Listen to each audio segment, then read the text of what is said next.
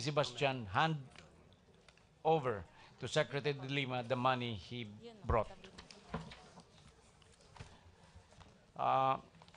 Mr. Capones, did you execute any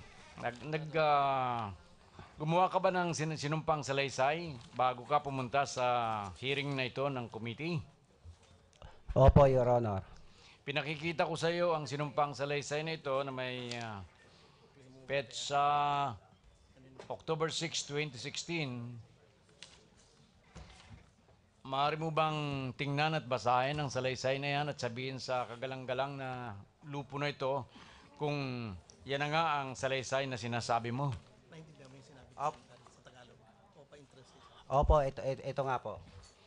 May you request, Mr. Chair, that the sinumpang salaysay be marked as Exhibit W.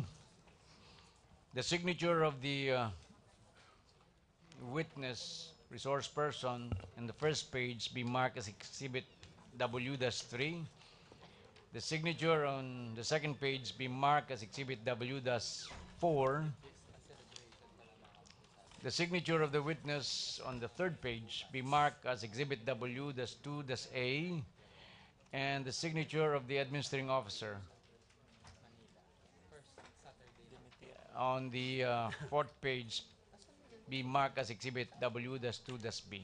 The witness is now ready, Mr. Chair. By the way, sorry, Mr. Chair, ikaw ba, Ginoong Capones, ay pinilit, kinakot, pinangakuha ng kung ano man yung kapalit para mag-testify sa hearing na ito? Hindi po. Ikaw ba ay voluntaryo at buong puso mong gagawin ang pag-testify, ang pagtistig mo sa lupo na ito? Opo. The witness now ready, Mr. Chair. Thank you, Mr. Secretary. Mr. Capones, will you pakibasa mo nga yung salaysay mo into the records para sa kalinawan ng mga miyembro at ng mga nanonood dito sa hearing na ito. Ako po si Joel Capones, Duro N2U1P-1163, Pilipino, 42, taong gulang, isang inmate sa New Bilibid Prison, Muntinlupa City. Malapos na makapanumpa ng naaayon sa batas, ay kusang loob na nagsasaad ng mga sumusunod. Ako po ang commander ng grupong Sige-Sige Sputnik, ang pinakamalaking pangkat ng mga bilanggo sa loob ng maximum security compound, New Bilibid Prison, na may membrong umaabot sa bilang na 2,500.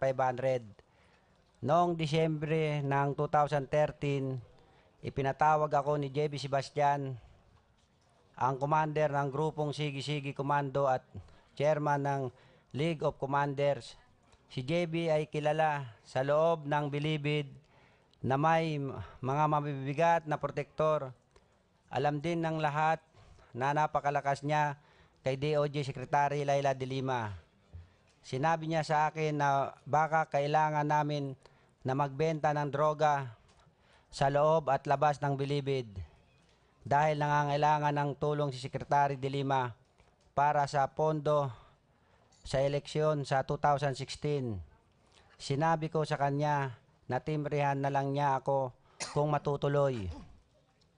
Noong Enero 2014, ipinatawag ulit ako ni JB kasama ng mga mayor ng Sige-Sige Sputnik.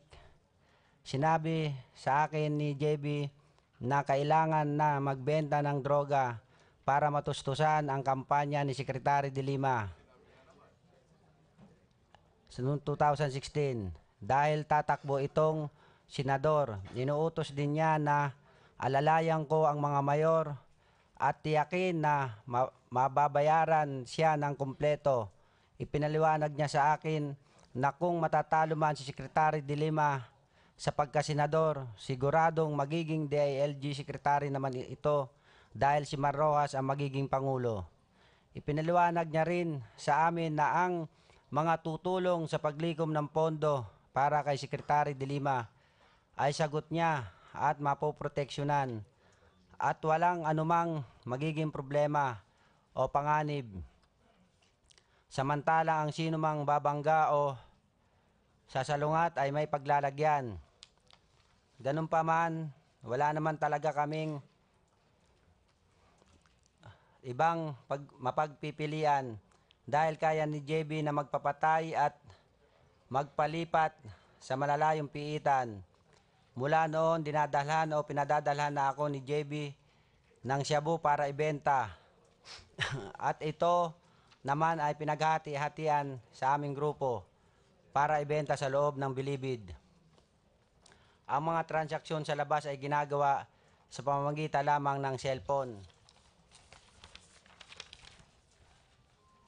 Halos kasabay nito, kami ay pinayagan ng mga bagong pribileyo. Nagkaroon sa maximum security. Ako ay nagkaroon ng aircon, refrigerator sa aking kubol. Pinayagan din ako na gumamit ng motorsiklo sa loob ng security compound. Naging mas maluwag din ang pamunuan ng MVP sa kanilang pagpapatupad ng mga patakaran sa amin.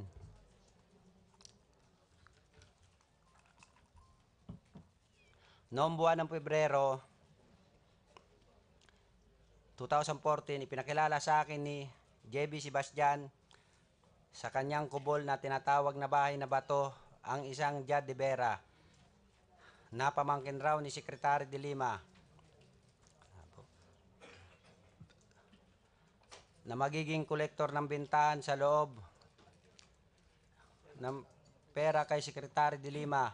Sinabi ni Jad sa akin na Miyerkules at Sabado siya mangongolekta para sa mga transaksyon sa loob ng Bilibid. Araw-araw ay naniningil ako sa mga mayor at iniipong ko ang mga bayad at ito ay binibigay ko kay JB sa mga transaksyon sa labas. Naman ang pera ay kinokolekta ko sa mga katransaksyon namin sa labas na dumadalaw sa kanya. Ay binibilang ni JB ang pera sa kanyang counting machine sa lamesa. Ano ba ito? Sa kanyang kubol. May mga pagkakataong kapag nagdadala ako ng pera kay JB, tinatawagan niya si Jad para sabihin na nandoon na ang pera. Sa dalawang pagkakataon, ang pera na dinadala ko kay JB ay binibigay niya kay Jad de Vera mismo sa harapan ko.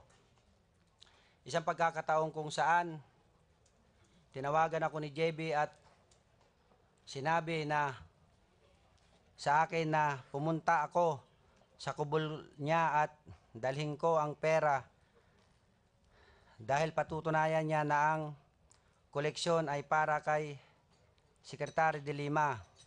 Pumunta ako at maya-maya ay dumating nga Secretary de Lima at nakita ko na inabot sa kanya ni JB ang pera na dinala ko.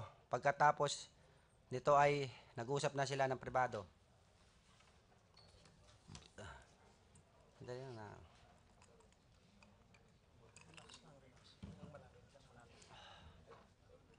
Hindi, mamilo ako eh. Tapos ka na ba? Hindi pa po. Noong buwan ng Oktubre 2014, nalaman ko na ako ay nakalista sa mga qualified sa parol. Dahil dito ako ay nagpaalam kay JB na titigil na sa anumang illegal na gawain. At gusto kong makalaya at makapiling na sa wakas ang pamilya ko. Ang buong akala ko ay maluwag na tinanggap iyon ni JB. Ngunit ang mga araw na ang lumipas ay napansin ko na di maayos ang pakikitungo sa akin ni JB. Laking gulat ko pa nang magkaroon ng raid sa MVP noong ika-15 ng Disyembre 2014 at kasama ako sa inilipat sa NBI na inihanay sa mga tinatawag na high-profile inmates. Kapansin-pansin na hindi isinama si JB sa grupong ito.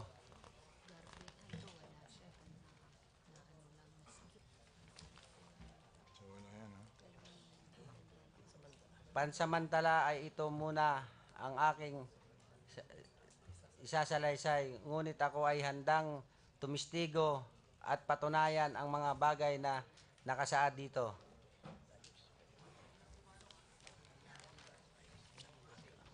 Sabihin ko kayo sa kapatid ko kasi The witness is finished, Mr. Chair. Thank you for that. So this is our last witness for the day. No? So may Opo. we now request that all the witnesses be ushered into the room so that we can begin with our interpellation.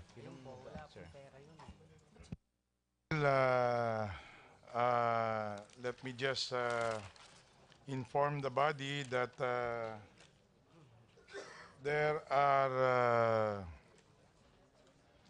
41 members who would like to interpellate, starting from Majority Floor Leader Rudy Fariñas, then Representative Harry Roque, Congressman Tolentino, Minority Leader Suarez, and then Congressman Vice Chairman Doyle Leachon, and then Congressman Sabelliano, Congressman Lacson, Congressman Salo, Congressman T, Congressman Defensor, Congressman Vice Chair Owa Minal, sino to? Congressman Canava, sorry.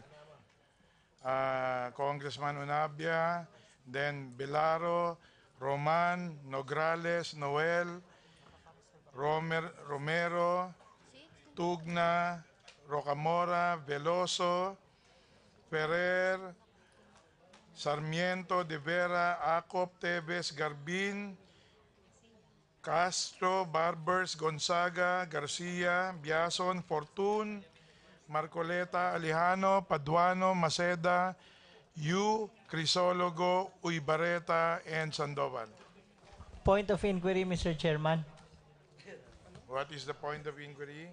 I was here at 8:40, Mr. Chairman. Nagpalista kami kanina and tanong ko lang yung rules ng committee kung pwede ba magpalista kahapon or warm bodies ba dapat magpalista during the day of the committee meeting or hearing, Mr. Chairman. The reality is kahapon nung nagmi-meeting po kami ng committee, doon po sa aking opisina marami na po nagpalista. Kanya pasensya po. We just wanted to accommodate everyone but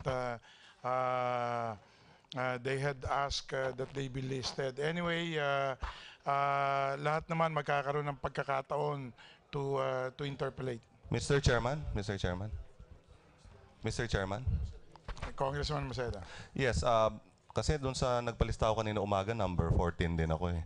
Eh parang napunta na ako sa number 30 plus o 20 plus. 30? Maceda. Eh, hindi po namin alam, Mr. Chairman, na pwede palang magpa-lista the night before or the day before. Pasensya na po. In fact, na ini-interview po ako doon sa DCMM nung mangyari po yan. Kanya nai-announce ko na rin po sa DCMM na meron na po nagpapalista as early as last night. Mr. What Chairman. is the customary... Is it a policy from now on for Wala the po next hearings? Hindi naman po. Pero just to let you know that the committee is trying to be liberal about the whole thing. So ngayon po ay siguro since we started this anyway this will be our last two hearings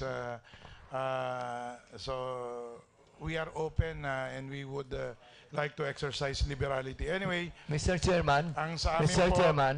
ang sa amin po ay hindi pa ho ako tapos. Pasensya po. Mr. Chairman. Sandali lang po, nagsasalita pa po ang chairman. Ang sinasabi ko po ay sa dami po ng gusto magpalista, we want to accommodate everyone. So now we're exercising liberal construction of our rules just to accommodate everyone.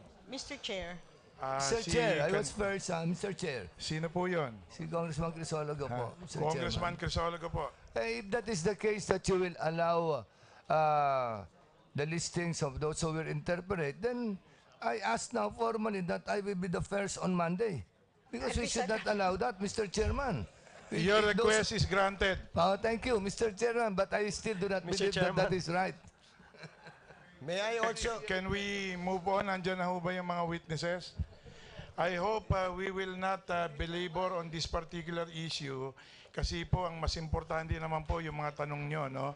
And if you really are interested in getting to the bottom of all of these things, then kami po, naghihiring kami hanggang alas 9, alas 10 ng gabi. So, please bear with us. Mr. Chairman, gusto lang namin maliwanagan kung ano na ba talaga because kung Paliwanag ko na po. No, We are no, for the- exercising liberality. Yeah, but still, Mr. Chairman, ang sa amin, hindi kasi kami nisabihan na pwede palang ganon. Sayang lang na gumising kami ng maaga, pumunta kami dito ng maaga para mauna kami. Pwede ba magpalista kami sa lahat ng susunod na committee hearing nyo na kami mauna? No, Pwede really, po, Mr. pwede Chair. po. Inopen na but- po natin. Yeah, but I don't think it will be fair for all the members of this Congress, Mr. Relative po, Chairman. ang what is fair is relative. So pwede po ba? Can we now proceed with the main matter that we need to resolve rather than belabor on mga administrative matters?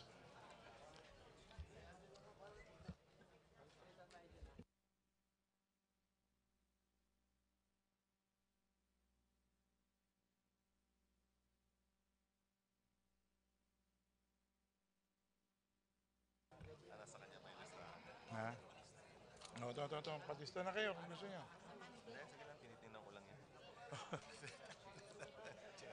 Sinong Sanchez? Sinong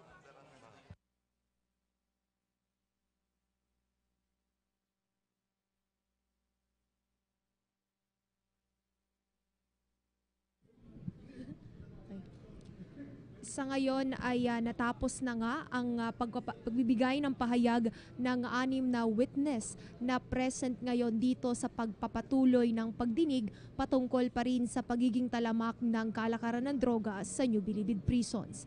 Sa ngayon ay nirequest na ni Congressman Ray Umali, ang chair ng House Committee on Justice, ang presensya nitong 6 na testigo para sa interpolation na isasagawa maya-maya lamang. At kanina rin ay binanggit ni Congressman Umali ang pagkakasunod-sunod ng mga mambabatas na mag-interpolate. Nag-wave na rin po si Majority Leader. So we now move to next. Ready na ba kayong lahat? Are all of the witnesses and or resource persons ready for the interpellation? So, Congressman Harry Roque. Thank you, Mr. Chairman. Para hindi po masayang oras, dediretso na po ako. Ang aking mga katanungan po ay para kay Jonel Sanchez, Engelberto Durano, at kay Police Director Franklin Jesus B. Bucayo. Unahin ko po si Jonel. Now, Mr. Jonel Sanchez, alam nyo, palaging sinasabi ni Senator Laila de Lima, ang mga testigo raw dito ay nagsasabi lamang ng mga kasinungalingan. So tatanungin ko po kayo para malaman ko kung gaya ng sinasabi ni Senator de Lima, ikay nagsisinungaling. Ang unang tanong ko po, may ID ka ba na ikay taga PSG? Ngayon sir, wala akong dala pero EAP ID may nakalagay PSG. Oo. Now, pangalawa, meron ka bang kasulatan na nagpapatunay na ikaw nga, gaya ng sinabi mo, ay naging close-in PSG ni dating Secretary de Lima? Opo. Ano po yan? Ano yung kasulatan na yan? Detail order po sir, galing PSG. May kopya ka ba niyan? Wala pa akong dala ngayon sir. Pwede bang isumitin mo sa committee ito yung ID mo as PSG at saka yung designation mo as close-in ni dating Secretary Laila de Lima? Opo sir. Now, sinabi mo na, alam mo, ito, magagalit sa'yo si Senator Laila de Lima. Dahil sabi mo, mukhang may relasyon si Ronnie Dayan at si Senator de Lima. Tama ba ito? Totoo po yun. Dito sa iyong affidavit, ang sabi mo, kaya mo naisip na marelasyon siya kay Ronnie Dayan ay umuwi sila sa isang bahay. Hindi ba natural lang sa mga close-in security na tumira doon sa bahay ng kanilang ginagwardyahan? Sa amin kasi sir, kami umuwi pagkatapos sekretary sa kanyang bahay. Pero si Ronnie, naiiwan na po doon sa bahay ni sekretary. Now, ilan ba kayong PSG at bakit may PSG ang secretary? Di ba ang PSG, Presidential Security Group? Bakit nagbabantay din kayo sa isang cabinet secretary? Sir, ano na po ng presidente yon? Ilang kayong PSG na na-assign kay dating Secretary de Lima? 6 po sir. 6. Okay. Now, sa 6 na yan, si Dayan lang ang tanging natutulog sa bahay ni Laila de Lima. Correct sir. Alam mo ba kung saan kwarto sila natutulog? Natutulog si Ronnie Dayan doon sa bahay ni Secretary de Lima. Sir, yung bahay ni Secretary de Lima sa Parañaque sir, 4 na kwarto yun sir. So, sa isang kwarto si Ronnie Dayan natutulog, sa kabila namang kwarto rin si Secretary. So, hiwalay na kwarto naman sila Correct sir. doon sa bahay. Yes sir.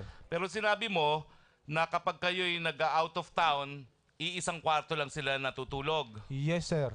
O isang mga out of town trip yan na nakita mo iisang kwarto lang sila natulog.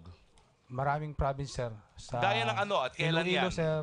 Hindi ko na maano yun, sir, yung taon Bigyan sir. mo kami ng ilan kasi tinitignan ko nga kung nagsisinungaling ka eh. Iloilo sir. Davao, Cagayan de Oro. At saka sa ano sir, sa Cebu. O yung sa Iloilo, sabi mo isang kwarto sila. Saan ba sila natulog? Doon sa Iloilo, sa iyong pagkakaalala. Sa hotel sir kami sir natutulog sir. Hindi mo naaalala kung Yes, anong sir. hotel yun sa Iloilo? Oo sir. O saan pang ibang lugar yan? Sa Cebu sir. Sa Cebu. Hindi Yes, mo sir. rin naalala ang pangalan ng hotel. Yes sir. Bakit mo sinabing natulog sila sa isang kwarto? Nakita mo ba physically na isang kwarto lang sila natulog? Yes sir, kasi pag natutulog kami sir, sama-sama kami ng mga kasama naming security. Tapos siya sir doon sa kay secretary. Ilang kwarto ba kayo pag kayo nag-out of town? 2 kwarto sir. So lahat kayo, isa, at ang sinasabi mo, si Ronnie Dayang ay doon Yes, na sa kwarto ni Secretary Laila de Lima. Yes sir. Now,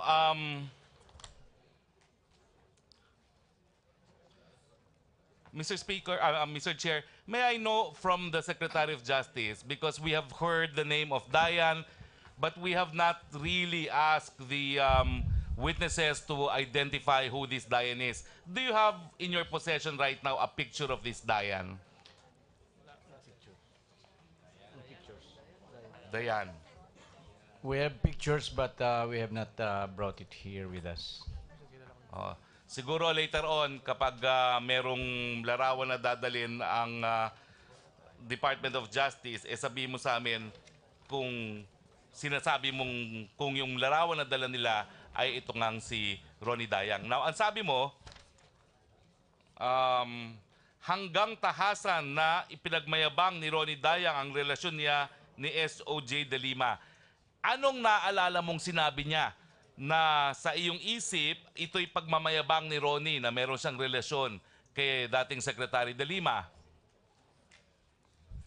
Yung ano sir, wala nang makakakuha sa kanya. Malaki na yung puhunan ko. Yung puhunan daw ni secretary sa kanya. Malaki ang puhunan niya. Yes sir. Yun lang naalala mong sinabi niya na pagyayabang? Yes sir. Ano ba pagkakaintindi mo doon sa puhunan na yon? Marami na sigurong binigay si secretary sa kanya sir. Now, itong si Warren Cristobal, ano uli ang kanyang katungkulan? MMDA rider sir. MMDA rider. Pero sa yung salaysay, sabi mo, naging close-in na rin siya ni Secretary de Lima. Yes sir. Pero itong Warren Cristobal na ito, hindi naman siya miyembro ng PSG. Hindi sir, MMDA sir. Pero naka-attach siya sir sa PSG. As a riders MMDA. MMDA na naka-attach sa PSG. Correct sir. So sa pagkakaalam mo, yung naging close-in din siya ni Secretary Laila de Lima, meron din yang detail order sa pagkakaalam mo. Meron din yun, sir. Now, sabi mo, pinagseselusan ni Ronnie Dayan si Warren Cristobal. Bakit mo naman nasabi na pinagselosan ni Ronnie itong si Warren Cristobal? Excuse me. Bago ka sumagot, no? Your Honor, your time is up. But since Representatives Tolentino and Minority Leader Danny Suarez waived their time to you, you have an additional 6 minutes, and after that, you will have Representative Doy Gachon. Thank you. Okay. So ano nga ba yung tanong ko sa iyo? Bakit mo nagsabi na pinagselosan ni Ronnie itong si Warren Cristobal? Sir, kinausap kami ni Secretary, kaming buong team ng security, na nagagalit daw si Ronnie kay Warren dahil nagsiselos nga sa sir. Si Ronnie Dayan kay Warren. Gustong paalisin ni Ronnie Dayan si Warren. Ngayon, kinausap kami ni Secretary, sir. Kailangan ko bang paalisin itong si Warren? Actually, sir, dalawa yun sila, sir. Sergeant Palcasantos at saka si Warren Cristobal. Yun nasa gitna. Okay. Sino mo si Warren? Okay. Pagkatapos niya, ang sabi mo ay mukhang close. Kapansin-pasin din ang closeness ni Warren Cristobal. Bakit mo naman nasabi na kapansin-pasin ang closeness nila ni Warren Cristobal at ni dating Secretary de Lima? Kasi sir, paborito na siyang gawing aid at saka close in. Pero ang tanong ko, gaya ng binanggit mo kanina, kapag ba kayo nag-out of town, kapareho silang kwarto na natutulog ni Warren Cristobal. Sa aking duty, sir, hindi ko pa na-experience, sir. Now, sinabi mo rin dito na may baril na mamahalin na binigay si Secretary Laila de Lima kay Warren Cristobal. Totoo yun, sir. Now, I'd like to ask this of the PNP. Do we have records na itong baril, whether or not there is a gun registered to Secretary de Lima, and whether or not this has been transferred to one Warren Cristobal? Mr. Chair, Your Honor, we have to check that with the FEO. Can you and please we'll provide you feedback? Can you please provide us with a permit registered in the name of Secretary Laila de Lima, and if it was transferred to one Warren Cristobal? Yes, Your Honor. Due to lack of time, let me go to Witness Durano. Witness Durano, Yes po, Your Honor. nako, nakakatakot po ang testimonya nyo, no? Na unang-una po, itong sinasabi nyong Jaguar, ano uli ang pangalan nitong si Jaguar? Siya po si Jeffrey Diaz. At ang sinasabi nyo, siya ay isang naging drug lord din, no? Opo. Ganong kalaking drug lord dito? Sa buong Central Visayas po, siya po ang nangunguna. Now, meron din kayo sinabi na Kerwin Espinosa. Ang tanong ko, ito ba yung Kerwin Espinosa na naging mayor sa Leyte na ibinulgar na isang drug lord din ng Leyte? Ito ba yon? Correction po, Your Honor. Yung anak po, yung anak. Yung anak. So, ito yung anak. So, ito yung napabalita na kailan lamang nahuli at ito yung napabalita na rinireklamo ng ama niya na binabantaan daw ang buhay niya nung anak niyang drug lord na Kerwin. Yes po, Your Honor. Yan At po. kinukumpirma mo ba yung testimonya na itong Jaguar at Kerwin Espinosa ay nagkaroon ng mga transaksyon dito kay Ronnie Dayan? Opo. Si Kerwin po, hindi kasali. Between Jaguar lang at saka Ronnie. Jaguar and Kerwin. Ganong katagal itong relasyon nila kung naaalala nyo? Hanggang sa namatay si Jaguar, tuloy yung relasyon nila. So ilang buwan yan? Tagal po, since nung lumaya siya, nung mga bandang, mula nung tumawag siya, yun, walang putol ng ugnayan nila. Napakalaki ng sinabi ninyong transaksyon nitong si Ronnie at si Jaguar. 27,300,000 pesos. Tama ba po itong halagang to? Opo. Paano nyo naman alam na ganitong kalaki itong halagang to? Dahil mukhang eksaktong-eksakto. May konting butil pa. Dahil po sa lahat ng mga deposit slip na ipapadala ni Jaguar doon kay Ronnie, binibigay po sa akin. So nasa iyo ngayon itong mga deposit slips na ito. Opo. Nung itong mga deposit slip na sa akin. Kaya lang nung nagkaroon ng mga searching doon, nakuha yan, nawala. Pero nailista ko po yan. Nailista mo? Opo. So ito yung mga numbers, kaya alam mo number, nilista mo. Opo. Okay. Now, may I know from the DOJ if they have already records of these bank transactions mentioned by the witness Durano? We will ask the AMLAC, Your Honor. Okay.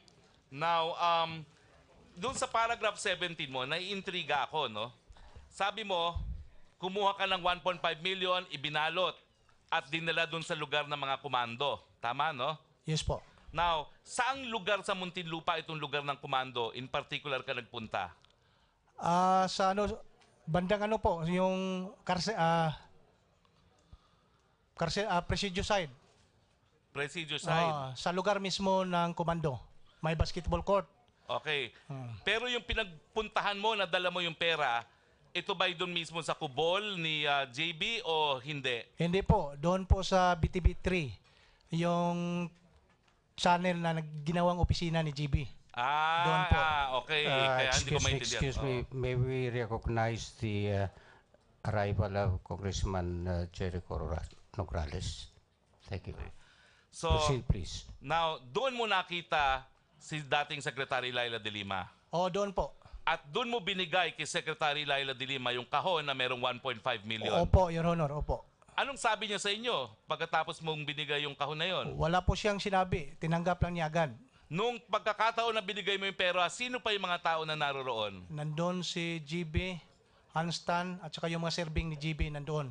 Si Ronnie Dayan, nandun ba siya nung pagkakataon na yon? Wala po, hindi siya kasama. Ibig mong sabihin, nasa loob ng komando si dating Secretary Laila de Lima, wala man lang siyang security?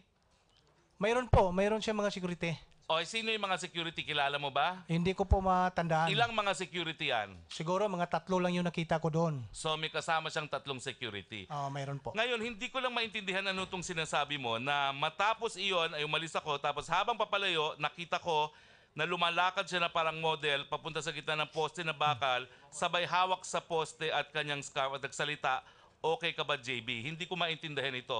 Pwede ka ba tumayo at ipakita mo sa amin kung ano yung sinasabi mong forma ni ni dating Secretary Laila de Lima? Opo, Your Honor. Sige, pakita mo sa amin kasi hindi ko ma-visualize. Ganito po yung lakad niya, parang kumikinding siya. Gumaganon siya. Tapos sabay hawak ito. Yung poste malapit na sa kanya, hinawakan niya. Okay ba, GB? Para siyang model. Kaya nabigla ko noon, sabi ko, uy, parang DI si Secretary. Ano ba yung TI na yan? Hindi ko naman maintindihan TI na yan eh. Yung DI po, dance instructor. Yung TI po sa Cebu, pag may ganyan kasi ng mga matatanda na sumasali sa ganyan, tapos matanda. Ang tawag po namin, tiguang igat. Sorry, hindi ako marunong magbisaya. Ano ba ibig sabihin nun? Sa Tagalog po, malanding matanda.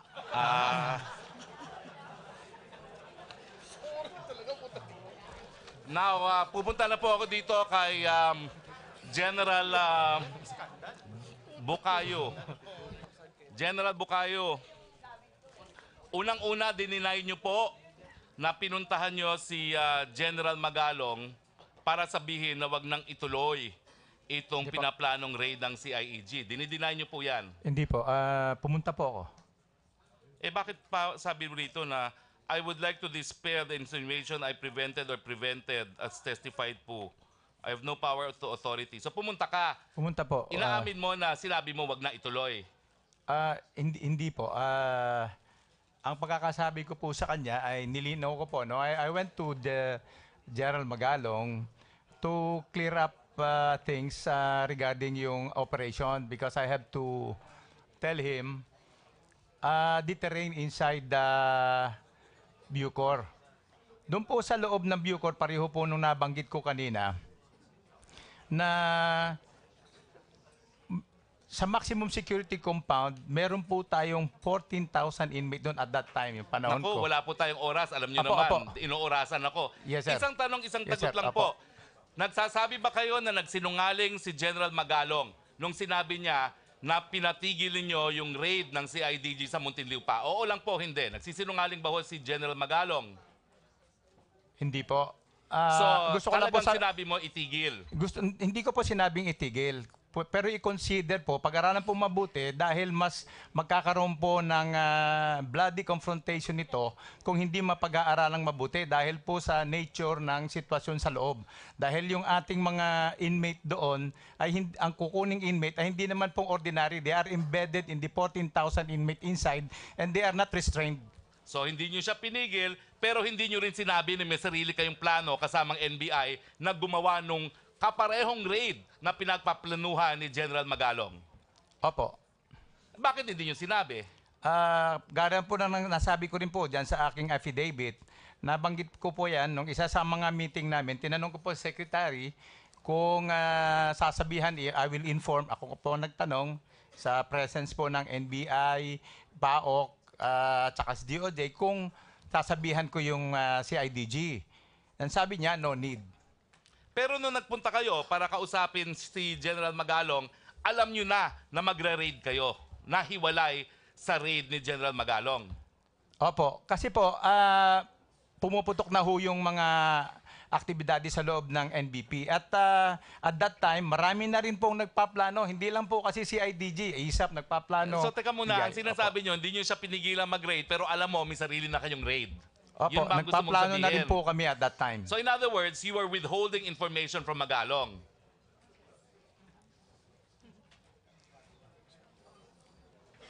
Opo. Hindi naman po sa... Maraming salamat na po. Opo. Kasi kulang nga po yung oras ko, Yes. pero papaalalahanan ko po kayo. Ibang krimen po ang pagsisinungaling sa Kongreso sa perjury. Opo.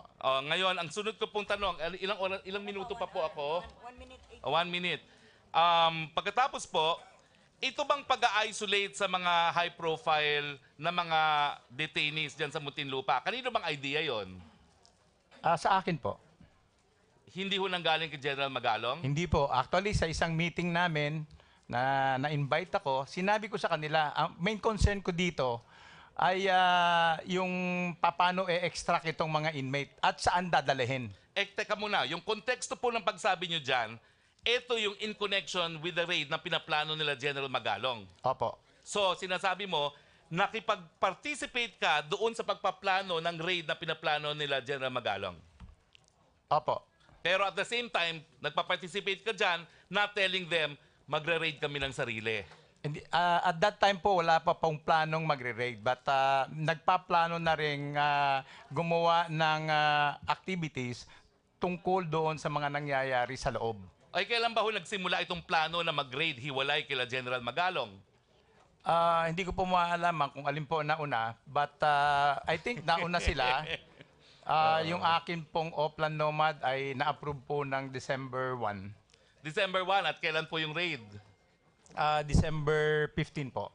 So, pero yung mga ina-attenda mong meeting with General Magalong na magkakaroon ng raid, kailan yon? I think nauna po yon. Talagang nauna yon. Opo. Now, so, ang sinasabi mo, alam mong may plano mag-raid sila General Magalong, alam mo rin na yung raid na yon, alam ni Secretary of Justice. Opo. Alam mo rin na involved hindi lang ang grupo ni General Magalong, pati ang PIDEA doon sa raid na yon. Opo. Now, ang tanong ko, bakit all of a sudden, sumama kayo, gumawa kayo ng sariling raid, at in-exclude nyo yung grupo ni General Magalong at PIDEA? Ako sa iyo, nagtataka lang ako dahil yung PIDEA, sila yung lead sa droga. Bakit? Bakit nyo in-exclude? Kaya nga po, sinabi ko kanina na nagkakaroon kami ng meeting, sinabihan ko sa secretary, Ma'am, will I going to inform the CIDG? Sabi niya, no need. So, yun po yung dahil sa aking kaisipan lang, nandoon na kasi ang member na kasi ang NBI doon, so hindi na kailangan magkaroon pa ng isang investigating unit na isama. Pero bakit hindi nyo naman sinabi yan kay General Magalong? Alam ko, sinabi ni DOJ, no need. Pero di ba magkapatid naman kayo sa uniforme? At saka nagplano rin kayo magkasabay. So bakit naman parang out of the blues, hindi na bali, pabayaan mo sila magplano at Your Honor, ako'y magagawa ng sarili kong kindly rule. wrap up. I respected the OJ. Mr. Chair,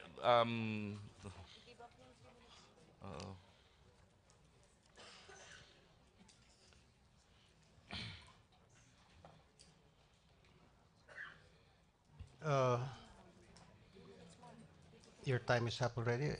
Do we have the answer? Okay, I'm sorry. We've been trying to check the names as the time of Representative Roque expired. okay, that's okay. I will honor the listing, Your Honor, but may I ask for an answer to my last question, Your Honor? Okay, go ahead.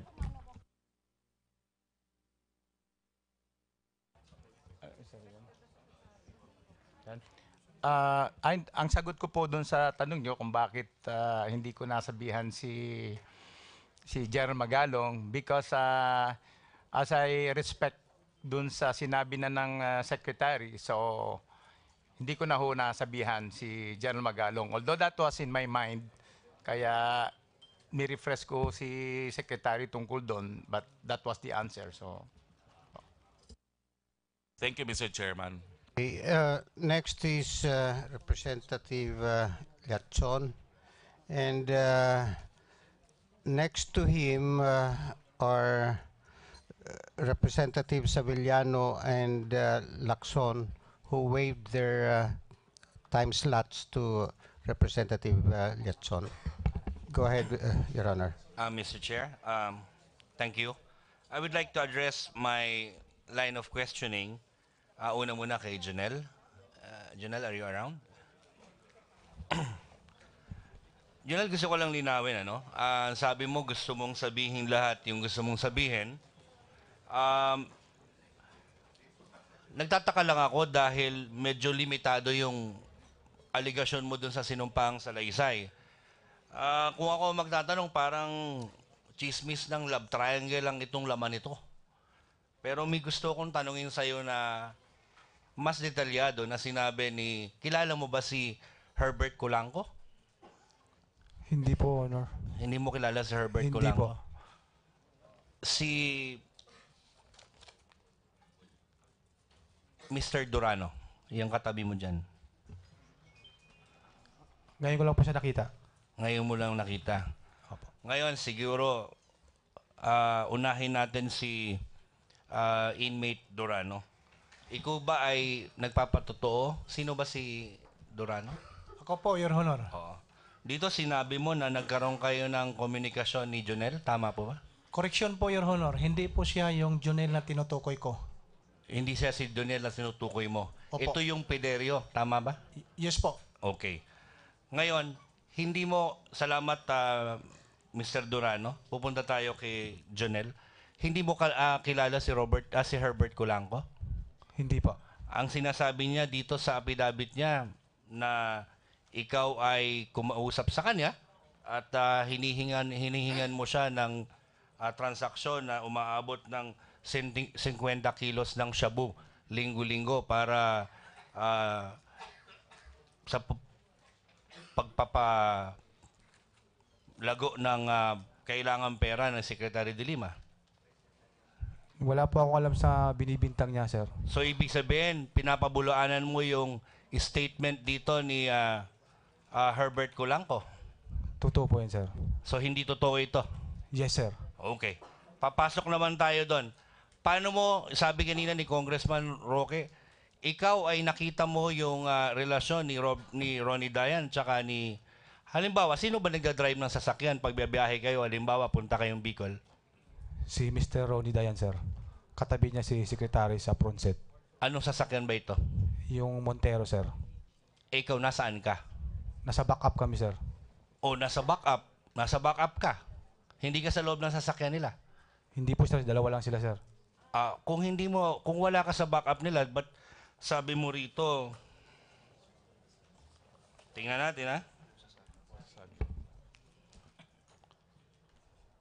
Habang bumabiyahe kami papuntang probinsya, sila po ay nagsusubuan ng nilaging na saging na saba. Eh, kung ikaw ay nasa backup at wala ka sa loob ng sasakyan, paano mo nakita? Yung bang backup kapantay nung Montero pag nagbibiyahe papuntang probinsya? Sir, yung pag nag-stop over kami. Pa nag-stop over Yes, kayo? sir. Pag nakita ko sa dalawa, sir, sa harapan ng Montero. Nasaan ka? Nasa backup po, sir. Pero papunta ko dun sa sasakyan nila, sir. Tamang-tama na nagsusubuan sila, sir. Nagsusubuan? Yes, sir. Sino nagsusubo ng saging? Ang naalala ko, sir, si Mr. Ronnie Dayan. Kanino sinusubo? Yung Kay saging? secretary, sir. Nagsusubuan sila? Yes, sir.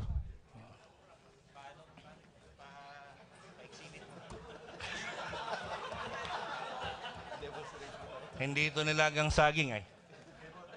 Oh, so talaga, nakita mo Yes, sir. Okay.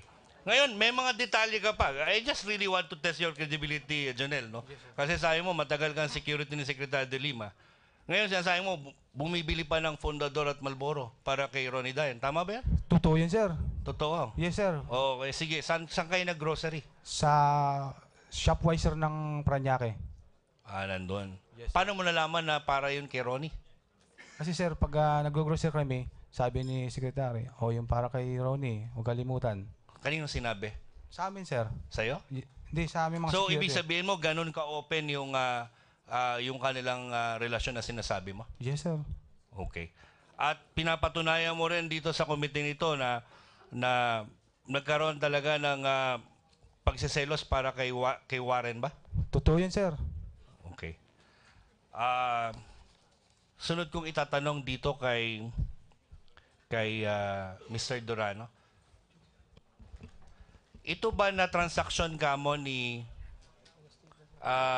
Ronnie Dayan tsaka ni Jonel Piderio, no? Tama ba? Tama po. At umabot, sabi nga ni Congressman Roque, umabot ng 27 million? Yung 27 million po, between Ronnie Dayan at Jaguar. Kay Jaguar. Okay. Meron kang patunay doon? Yung nabasa ko po na account, yun po ang nailista ko po. At this juncture, Mr. Chair, I would like to request for a subpoena to be issued upon the bank manager of that. Would you know, alam mo ba ito, Mr. Durano, kung saan itong bangko na ito? Opo, video po, video. Anong branch? Hindi ko malang malaman kasi ang naguhulog na dyan si Jaguar na yung mga tao niya. I would like to request, Mr. Chair, for the record that request for subpoena be issued to Banco de Oro, specifically citing in the request that as regards the details of that bank account number being stated in this affidavit. Comsec, let the requested subpoena be issued. Maraming salamat, Mr. Durano. Likewise po. Punta tayo kay General Bukayo. Boss, ikaw, General Bukayo, ay sabi mo ay napapunta ng Bureau of Corrections, if I remember it right, based on your affidavit, sometime March of 2013. Tama po ba? Yes, Your Honor. Yeah. At naniniwala rin ho kayo na pagka gusto natin mangyari yung mga ayos, pwede natin na gawin agad. At kung ayaw natin, meron din kadahilanan. Tama po ba? Tama po, sir. Yeah. If you notice, and if we remember it right, just the assumption are about more or less about 2 months from the assumption of the new administration, and of course with the headship of Secretary Aguirre in the DOJ, of course under which is the jurisdiction over the Bureau of Corrections, he was able to implement through ISAF the clearing operations of the Bureau of Corrections para ma-dismantle itong mga kubol at saka yung mga pinagbabawal na mga gadgets sa loob. Tama po ba? Nalaman niyo po ba yan? Tama po, sir. Ngayon, kung kaya po palang gawin ng 2 buwan, kayo po ay nasa Bureau of Corrections from 2013 until February of 2015. Tama po ba? Apo. More or less about 23 months. More or less about 2 years. Tama po ba? Yes, sir. So why did it take so long, more or less about 2 years, to be tacked from about March of 2013 until December of 2014, more or less about 2 years bago nyo in-implement yung raid, considering the massive irregularities being committed in the Bureau of Corrections, considering that these are happening or these were happening under your nose, being the chief of the Bureau of Corrections? Can you explain bakit nagtagal ang 2 taon bago mo i-clear ang mga illegal activities na ginagawa ng inmates doon na ikaw ang Bureau of Corrections chief? Yes, sir. Your Honor. Bakit po nangyari yun? Bakit 2 taon? Bakit po tumagal? Opo. Eh dito po sa panahon ni Presidente Duterte at saka po ni Secretary Aguirre, 2 buwan lang, na-clear na lahat yan. Sina JB Sebastian, nag-exercise, nakita natin sa video, wala nang special treatment. Pero sa inyo, it took about more or less about 2 years and you did nothing being the chief of the Bureau of Corrections. Can you explain before this committee, Ms. General Bukayo? Yes, Your Honor. Hindi po totoong wala tayong ginawa. Bukod po dun sa raid ng 2014, may na-raid po ba na prior doon na nangyari? Opo. Yung pong raid ng 2014 is of very different magnitude or level doon sa ginagawa. Dahil meron pong regular na ginagawa na dyan. In fact, for 2013, meron pong nakalap na mga contraband dyan, na mga more than 3,000. Yung 2014 po, ang nakalap po natin mga contraband dyan ay mga 5,000. Ang isang diferensya po na sa sinasabi ninyo sa akin pong pag-iisip, iba po yung gobyerno eh. Ano yung iba ang gobyerno? This time, the emphasis and the support was overwhelming. Ibig sabihin noon yung panahon yon, walang suporta ang gobyerno nung panahon ninyo na kayo Bureau of Corrections Chief. Hindi po ganoon ang Di ho ba mandato natin na kahit wala tayong utos ng nakakataas sa atin, kung may mandato tayo based on our jurisdiction to clear up these matters on your own and your own initiative, you would do this even without the instruction coming from the upper ups? Tama po yun. Actually, ay bakit hindi po ito nangyari? Sabi ko nga po, iba po yung kuwan ngayon eh, yung emphasis at saka yung support na ibinibigay. Dahil sa panahon ko po, nung ako'y dumating, nakita ko po talagang nakita ko na lahat ito ay, gaya na binasa ko, ay nandyan na. Tinignan ko po inassess ko po yung Bucor, kung kaya niyang gawin yung trabaho niya, wala pong kapabilidad. Kaya po ang ginawa ko... Hinayaan nyo na lang maging gano'n ang itsura nung dinatnan ninyo? Hindi po. Kaya nga po, 1 month after I assume office, nagpa-member po ako ng NALEC. Dahil hindi po miyembro ang Bucor noon. Ano yung NALEC? National Law Enforcement Coordinating Council, Subcommittee on Organized Crime. Ibig sabihin po ba, this committee hearing is definitely being aimed in aid of legislation to craft up matters to reform the Bureau of Corrections. Apo. Sa sistema ninyo, ilan ho ba empleyado at security ng Bureau of Corrections? Mga 2,000 po. Sa 2,000 yun, hindi kayang patinuin yung maximum security? Hindi po. At sa totoo, ang gwardiya lang dyan at that time, mga 300 lang eh. Nagpapalitan pa yan ng mga 2 or 3 shift. Kaya effectively, mga 50 lang yung nandyan. Over a number of about 14,000. Ngayon po, dahil hindi kaya, alam nyo pong may nangyayari na mga drug trade sa loob ng panahon ninyo? Opo. Anong ginawa po ninyo? Marami po kaming kinonduct na mga individual searching operations at saka mga raid operations. That's why I said for 20... But despite of those things that you actually and you allege to have done in order to cure it, still, drug trade still persisted during that time. Opo, dahil po yan sa decades of problem na ho yan eh. Nandyan na, nakadikit na at systemic na ho yung problema. Ibig sabihin, pag systemic na, hayaan na lang natin ganun yon. Kanino po sinabi yung problema kung hindi nyo kaya sa level ninyo? Ako po ay sumulat din kay Secretary tungkol dito. Kaya nga po ako... Anong sabi niya? Doon po sa sulat po ninyo. mag-conduct ng operations, more operations to stop it and to check on the In those 2 years po that you were with the Bureau of Corrections, Apa. how many raids and searches have you made during your tenure, which more or less, in your conscience, effectively, more or less, curtailed or prevented the drug trade in that Bureau of Corrections? How many? Hindi ko na po mabilang yan, but what I know is it's about 1,000, no? Several times. And yet, Several. walang nangyari, ganun pa rin po. Hindi po, marami pong nangyari. Kaya Ay nga bakit po dun sa aligasyon, halos 50 kilos ang binebenta sa loob ng Bureau of Corrections? Kaya nga po ako, sa sinasabi ko po sa inyo, Bucor itself cannot handle it. And that's why I requested outside law enforcement agency to assist me. Okay. Kaya nga po nandyan po yung Sige po. NBI, pumasok na, at ang PAOK. Okay na po. Pasok po tayo dun sa... Previously, I don't know if you were able to see it or watch it. During the previous hearing, General Magalong testified before this committee, stating that more or less, in their endless efforts, in fact, they actually form a team with the headship of Secretary De Lima. At one given time, whenever they were about to perform the raid, pumunta po kayo sa kanila.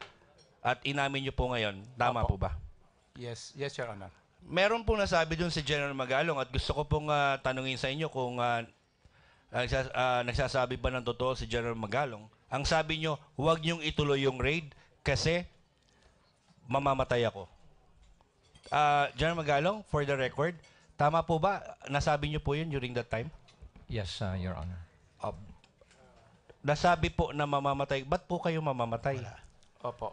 Your kung Honor, pagbibigyan po. your time has expired.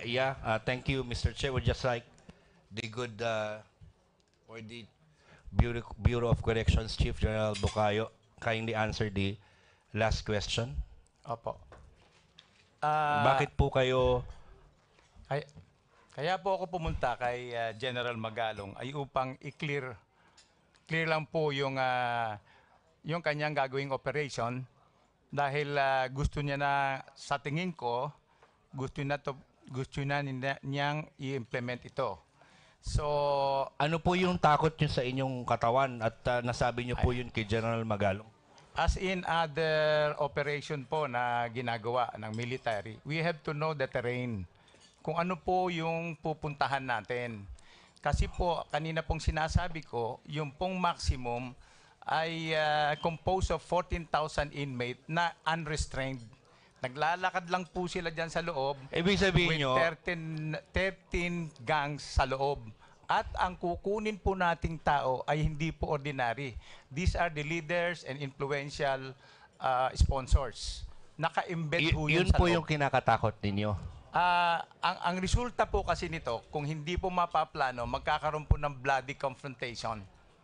Bakit naman po kayo nagsulo at iniwan na po ang sina General Magalong nung implementation ng December ng 2014 ng raid? Kung talaga yun pala ay bloody confrontation, bakit hinayaan nyo lang yung sarili nyo without the coordination of General Magalong and his group? Unang-una, okay. That is actually in connection with the last question, Mr. Okay, Chair. please answer. Opo. Yung raid po na yon ay hindi lang ho NBI, Bucor, PAOK, kundi it composed of more than 400 personnel. Kumuha po kami ng SAPDIAN at NCRPO na nag-participate. At gaya na rin po ng sinabi ko kanina doon sa unang tanong, I tried to communicate with the Secretary to inform the Secretary that, ma'am, i-informan ho ba natin ang CIDG? And she said, no need. And so I respected the decision of the Secretary. Mr. Chair, one last very important na tanong lang po. One last question. Nakalagay po sa marami affidavit dito na tumatanggap daw po kayo ng 1.2 million a month galing po sa mga inmates para protektahan ang kanilang drug trade sa loob? Hindi po totoo yan. Kilala niyo po ba si Colonel Eli? Opo. Noon daw po binibigay para sa inyo. Wala ho akong, hindi ko ho siya binigyan ng authority kung tumatanggap man siya, at wala ho akong tinanggap any single set. Okay. At this juncture, ito na po yung huli. May we just request also that subpoena be issued to Colonel Eli so that he may be presented before this committee to testify relative to the allegation of the inmates. That would be all, Mr. Chair. Thank you. Okay, noted. At this juncture, may we acknowledge the attendance of Deputy Speaker Ferdinand Hernandez and the Honorable Representative Gustavo Tambunting. The next is... Interjection, Mr. Chairman. Go ahead. Hindi nasagot ni General Bukay yung tanong kung bakit siya mamamatay. Hindi niya. Sinagot niya yung confrontation sasama ba kayo sa raid? Mamamatay kayo pag may confrontation doon? Parang hindi ka nasagot. Sa akin lang Can you raise that at your time, Your Honor? No problem, Mr. Chairman. Thank you. Next is Representative Ron Salo, and waiving their respective times in favor of Representative Salo are Representatives Arnel T. and Representative Arthur Defensor. Maraming salamat, Mr. Chair.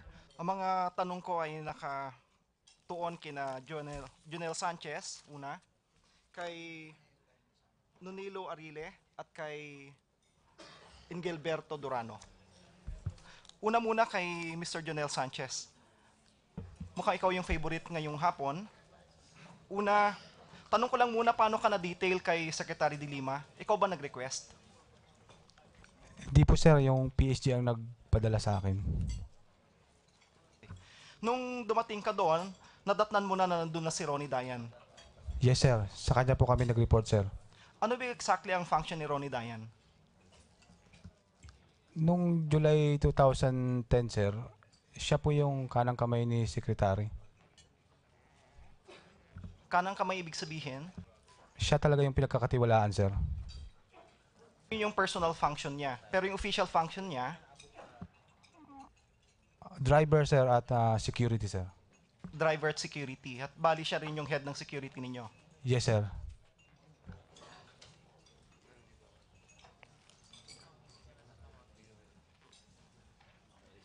Nabanggit mo kanina dito, pinapakita mo na nakakapunta ka sa bahay ni Secretary de Lima. Dahil bilang security, hinahatid niyo siya. Tama ba? Yes sir. So sigurado naman din nakakapasok ka sa bahay ni Secretary de Lima. Yes sir, nakakapasok sir. Maraming gusto magtanong dito kung may aso nga ba si Secretary de Lima. Meron sir, meron. Labrador sir. Anong klaseng aso? Labrador sir. Maliban sa Labrador, Wala na sir. Labrador lang. Yes sir. Gaano kalaki yung Labrador? Yung pang K9 sir na Labrador. Kulay? Black tsaka brown sir. Black at brown. So Yes, dalawa. Okay. May nabanggit ka dito sa paragraph 3. Napansin mo, sinasabi mo rito, yung pagiging sweetness nila Secretary de Lima at ni Ronnie Dayan. Pero isa lang yung binanggit mo dito, yung pagsusubuan ng saba, saging na saba. Sabi mo rin kanina, nakita mo ito. Paano mo nalaman na saging na saba yung sinusubo? Nakita ko mismo sir sa dalawang mata ko. Kasi bumili kami ng nilagang saging. Okay. So kayo ang bumili ng saging. Correct sir. Okay.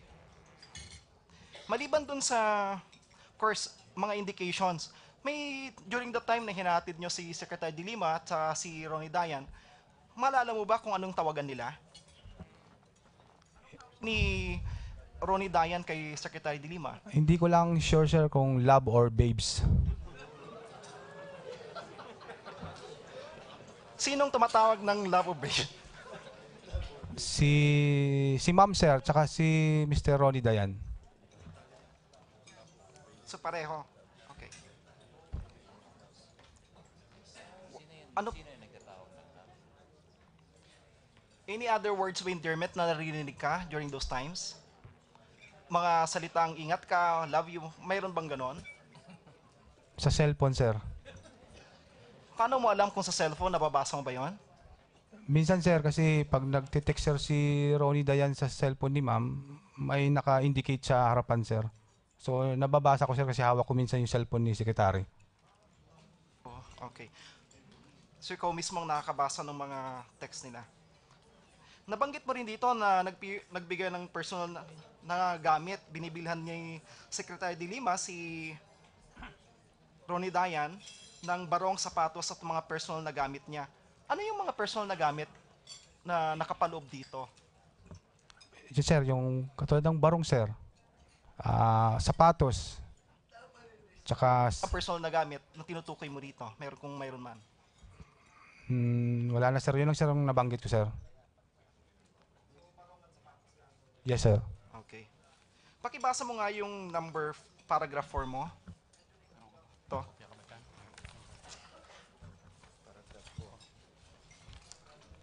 Lahat to, sir. Kung pa pwede. Sige, sir. Noong taong 2012, habang kami ay nasa Malacanang compound, ako po ay nagulat sa aking nakita. Habang kami po ay nakapark, ako tinawag ni Bantam, driver ni SOJ de Lima, habang hawak-hawak niya ang cellphone ni Ronnie Dayan na naiwan sa loob ng sasakyan. Nagulat po ako nang ipinakita ni Bantam sa akin ang video ni SOJ de Lima at Ronnie Dayan na may dalawang sex video. Ang isang video ay nagpuposing si SOJ malapit sa shower room, hubot-hubad. At ang isa namang video ay nagbi-BJ si SOJ de Lima kay Ronnie Dayan. Nailang po ako sa aking nakita at hindi ko na tinapos panoorin. Naging biruan na lang namin ang nasabing video. Paano mo nalaman na sila nga talaga yung nandun sa video? Nakaharap ba sila, nakatalikod? Yung isang video, sir, si Secretary nakita ko talaga. Habang, Kita mo yung mukha niya? Yes, sir. Buong katawan niya, sir. Yung isang video, aling video doon? Yung pangalawang video, sir, yun sir, yung nagbi-BJ si ano, sir. Nakita yung mukha ni Secretary doon? Yes, sir. Dito naman sa sinabi mo kanina, susundan ko lang yung tanong nila kanina na sinasabi mo na ako po si Cathy San Gabriel. Subscribe na sa PTV YouTube channel. I-click lang po ang subscribe button.